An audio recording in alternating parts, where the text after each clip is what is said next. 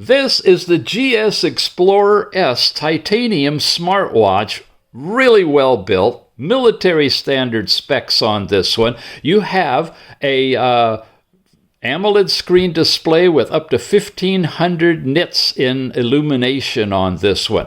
When you swipe down, you get a bunch of different controls, including a really bright flashlight that you can change different colors on. Nice stuff there.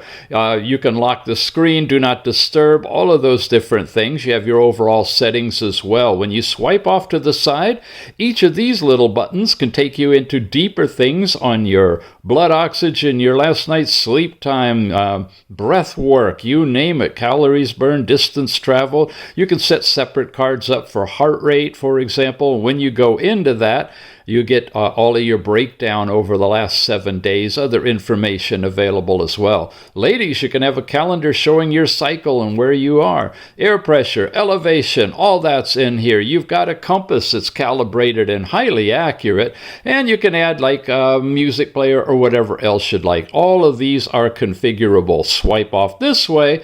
Look, we got a running stopwatch going. And we also have a whole bunch of other cards in this one as well. There's your weather information. Again, you can see your heart rate and blood oxygen and sleep time. This is kind of fun. Sunrise, sunset, moonrise, moonset, all of those things. There's tides that you can assess in this one.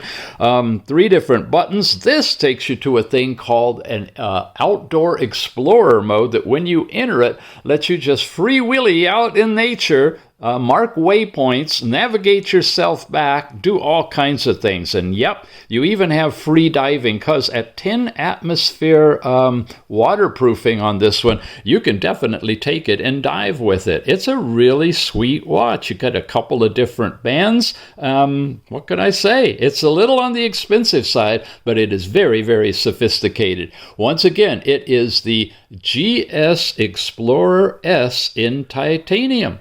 Check it out.